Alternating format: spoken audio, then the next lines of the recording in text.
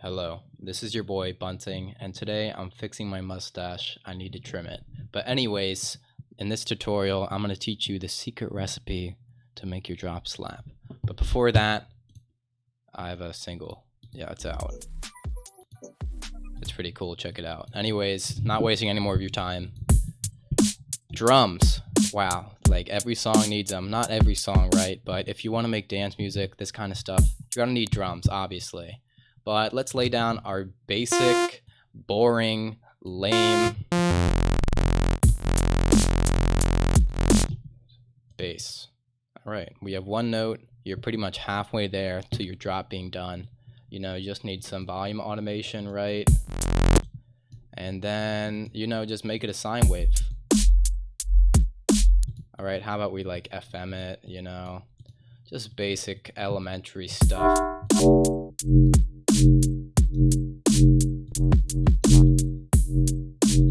Maybe a bit of reverb. Alright, it's a banger. Our freeform bass banger is finished. Alright guys, thanks for tuning in. No, I'm kidding. Anyways, how would you make this better? You know, you have a basic drop idea. Again, maybe not this basic, but generally, what can you do? What can you do without ruining the sauce? And I'll tell you, we're adding seasonings to enhance the sauce, not to ruin it. The first thing is some classic call and response, right? By call and response, I mean one element has a question, the next has an answer. It's like a conversation, a vibration, you know? Tune the station, bars. Anyways, you see what I'm doing here? I'm just leaving a bit of space at the beginning for this call to have a chance to speak. And to make this call, you can use a lot of different things. You can use like an audio sample. Like how about this dude just saying, yo. Yo. And how about a dude saying what? Around here. Or whatever, just random sample. You can throw in a lot of stuff, drum fills and all that. But for the sake of this, I'm just gonna show you a bass, you know? You can do a lot of things with your call. But what's important is that you have a conversation going on. It makes everything way more interesting. And here's your second quick tip, right? On top of having a call for your bass, the response is your main bass call is a little funny thing. When you're designing your basses and getting like a sound palette going on, interacting, don't reinvent the wheel. Just use sine waves. No, not just use sine waves. Just duplicate your patches and add slight variations. You see, that's already works. You can just take this patch and add distortion.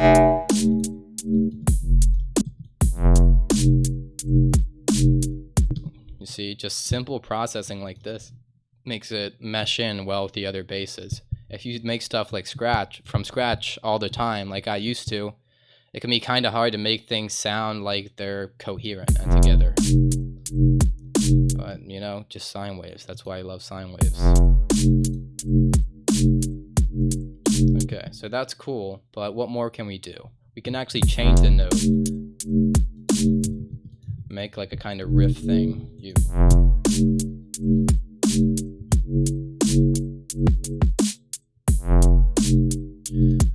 And if you notice, I'm leaving space at the end, because on top of changing the notes, we have another trick up our sleeve. Now, don't overuse this, because in so much bass music, it is overused. But I'm just going to duplicate. And you see, at the end of every 4 bars or 8 bars or so, you're allowed to add a fill. I'll let you do it. I said you're allowed. It's all right. You can do it. But you see, if you pay attention to bass music, you'll hear this call a lot with the main bass. Right? Then you'll have some kind of crazy fill just right before the next repetition, you know, to add variation and to kind of bring it back into that call. So I'm just duplicating again, and how about I'm feeling like a crazy pitch bend, right? Okay, and how about I'm feeling maybe some harder distortion, nothing crazy. And maybe I change up the rate and filter it.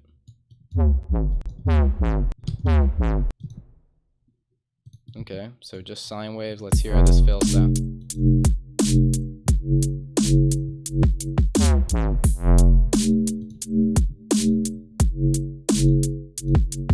You see, and to add variation to the second fill, how about we just pitch bend it up?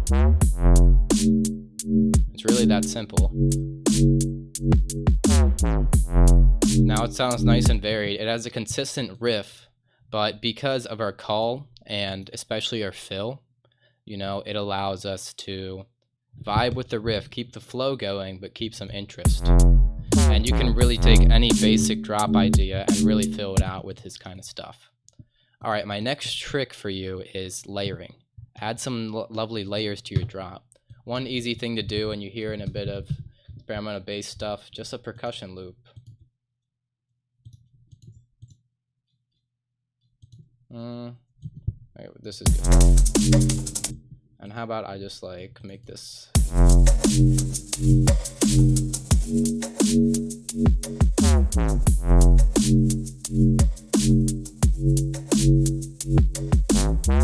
A little more groove going on. It's lovely. Another layer we can add on top of percussion, we can add some kind of melodic-y little layer. And by melodic, I mean a melody. Or you can even have like harmonic stuff. Harmonic stuff is weirder to pull off.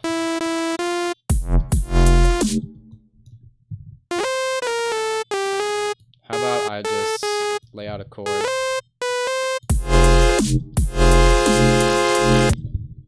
and have it follow kind of the harmony. And I'm just changing this note to match. Okay. So I just put down this little chord thing in Serum and I'm gonna arpeggiate it. I just love arpeggiators. It's so easy just to lay down like 3 notes and get a whole lot out of it. Making a plucky envelope. And how about I make it a sine wave with downsample, delay, and reverb. Now it's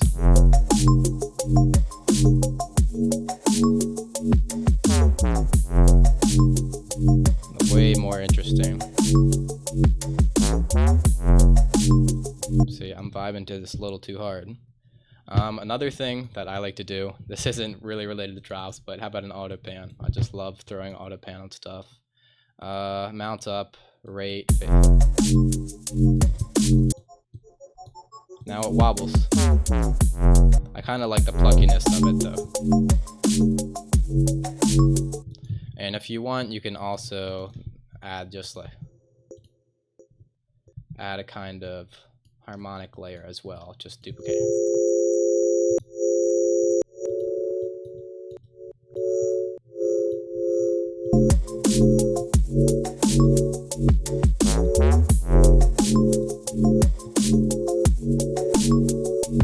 And I'm adding some subtle movement to it with this low pass filter and this LFO.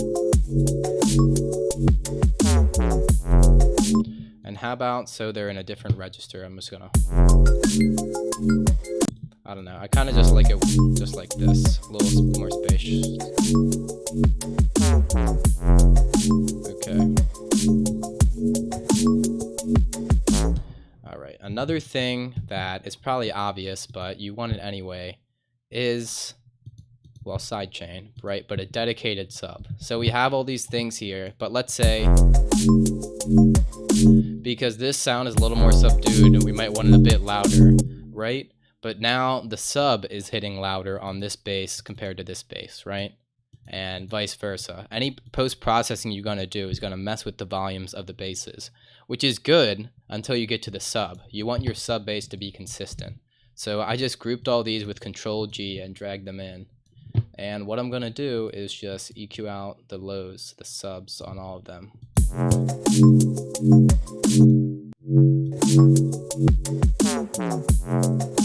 Cool. Now I'm going to just duplicate this just for an easy patch, right? And just take all this. You can actually just like copy paste it all to one track if you are lazy, right?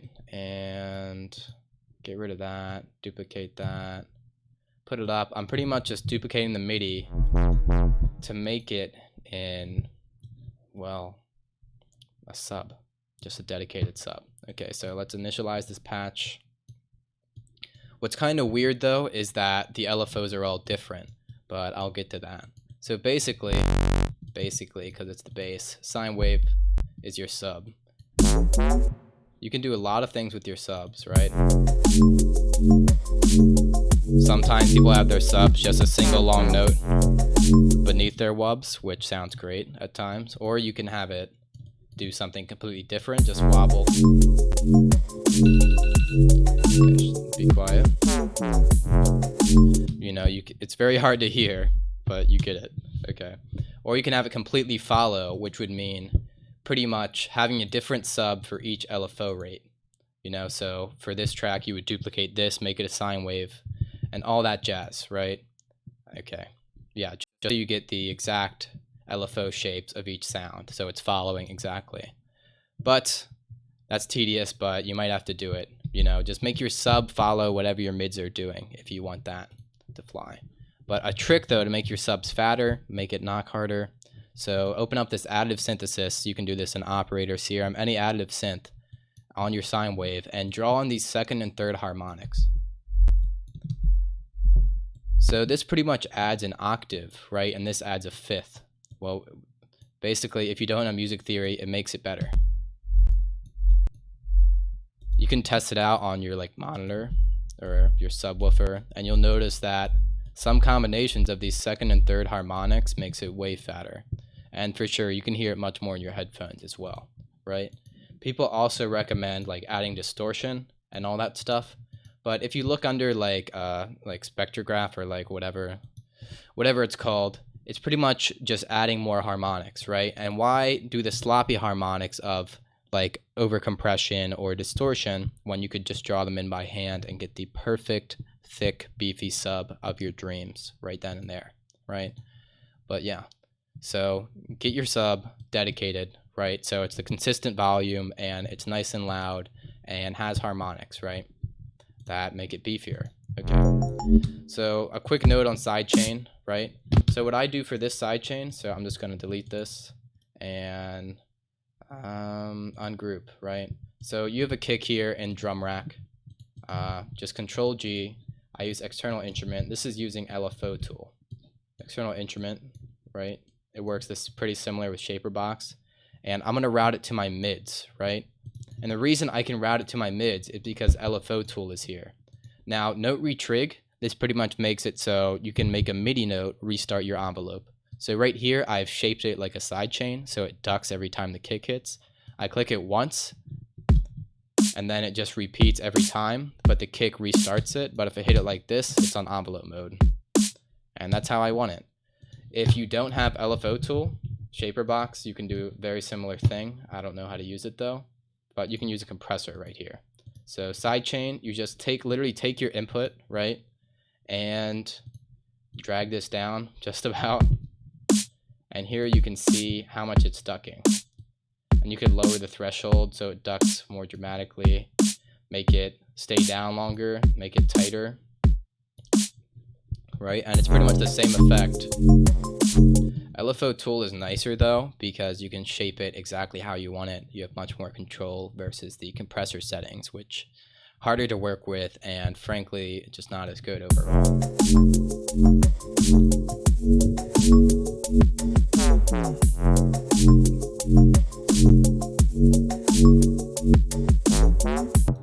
Right. And one final thing before I leave you be is in the buildup. Now, this isn't a tutorial for buildups, but it's something I hear in so many of your guys' tracks that you submit. So let's just get Cymatics buildup number 15 or something, right? But if you notice, this buildup already has it. It has a little break before the drop, right? So let's just pretend this is our buildup. Let's get a riser. Basically, to cut to the chase, I'm going... A lot of people, they just go straight into their drop. They just go straight into their drop with no break at all. But having a little silence break, like these buildups have, right, really does a lot for adding expectation. Down. Even though this is very rudimentary, you can still feel that expectation. You know, the silence, the calm before the storm type effect. And also you can put in drop vocals. Dropbox. Donald Pankhill, I'm about to bust. I'm about to bust. I'm about to bust. As silly as that is, you get the idea. That was a very crude and quick demonstration, but everybody, like so many people in my videos or in my live streams, submit their tracks and they don't have any space before their drop. And it's very subjective, but I think it sounds way better with some space. That's all. All right, this was your boy Bunting. All right, I don't know when I paused this, but it's been paused, okay? But I'm back. Link in description. You can get lessons from me. I have lovely sample packs. You can support me. I have a Patreon where you can get all my video presets and project files, just like this one in this very video. You can learn all the stuff. Join the Discord. Just read everything in the description because I have a lot of good stuff for you. And you can talk to me on the Discord and get tips and all that jazz. Anyways, I'm done talking. Peace out. Stay inspired. Stay creative. Stay woke. Bye-bye.